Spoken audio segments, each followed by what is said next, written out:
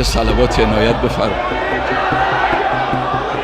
এ যেন সেই ফিনিক্স পাখি আগুনে পুড়ে ছাই হয়ে যে জন্মায় আরো খাঁটি হয়ে ফিরে আসে আরো শক্তি ও সাহস নিয়ে। পতন নীরবতা ভেঙে তিনি আসলেন। ইরানিরা যেন ফিরে পেল তাদের প্রাণভ্রমরা। পশ্চিমা গণমাধ্যম তার মৃত্যুর গুজবও ছড়িয়েছিল। চলেছে নানা ফুসফাস। মুহূর্তেই সব মিথ্যে করে দিলেন। বীরের মতোই যেন ঘোষণা দিলেন, আমি আছি। বীরেরা খোদা ছাড়া আর কাউকে ডরায় না, এমনকি মৃত্যুকেও নয়। শোক, অশ্রু আর বুক ফাটা আহাজারিতে কেঁপে উঠল ইমাম খোমেনি হোসাইনিয়া। ক্যালেন্ডারে মোহরমে নবম রাত, তাশুয়া। আর সেই পবিত্র রাতেই নাটকীয়ভাবে উপস্থিত হলেন ইরানের ইসলামী বিপ্লবের সর্বোচ্চ নেতা আয়াতুল্লাহ আলী খামেনি। সন্ধ্যা নামতেই হোসাইনিয়ার ভেতরে জমে ওঠে কালো পোশাক আর হাজার হাজার মানুষের ঢল। করুণ সুরে শোনা যাচ্ছিল নওহা, হায় হোসেন, হায় আব্বাস। অশ্রুসিক্ত চোখে মানুষ যখন দুঃখ আর স্মরণে বিভোর, ঠিক তখনই রাষ্ট্রের নিরাপত্তা বলয় ভেদ করে প্রবেশ করলেন সেই মানুষটি, যিনি একদিকে জাতির আধ্যাত্মিক অভিভাবক, অন্যদিকে দেশের সামরিক বাহিনীর সর্বাধিনায়ক।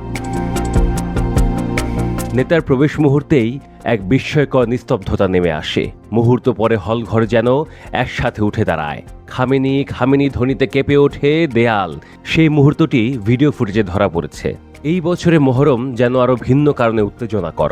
বিশ্ব গণমাধ্যমে খবর, ওয়াশিংটন এবং তেল আবিব থেকে এসেছে সরাসরি হুমকি, আয়াতুল্লাহ খামেনির জীবন নাশ করা হবে। ইরানে ইসরায়েল আমেরিকার হামলা হয়েছে। খামেনি লোকচক্ষুর অন্তরালেও ছিলেন কিছুদিন। এমন সময়ে তার এই প্রকাশ্য উপস্থিতি শুধু ধর্মীয় নয়, রাজনৈতিক সাহসিকতারও এক বিরল নিদর্শন হিসেবেই দেখছে ইরান।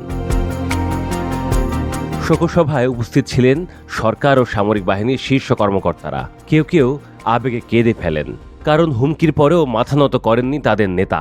বরং তিনি এসেছেন জনগণের সাথে এক হয়ে ইমাম হোসেনের শোক পালন করতে। নেতার প্রতি হুমকিকে কেন্দ্র করে ইতোমধ্যে ইরানের শীর্ষ আলেমরা কড়া প্রতিক্রিয়া দিয়েছেন।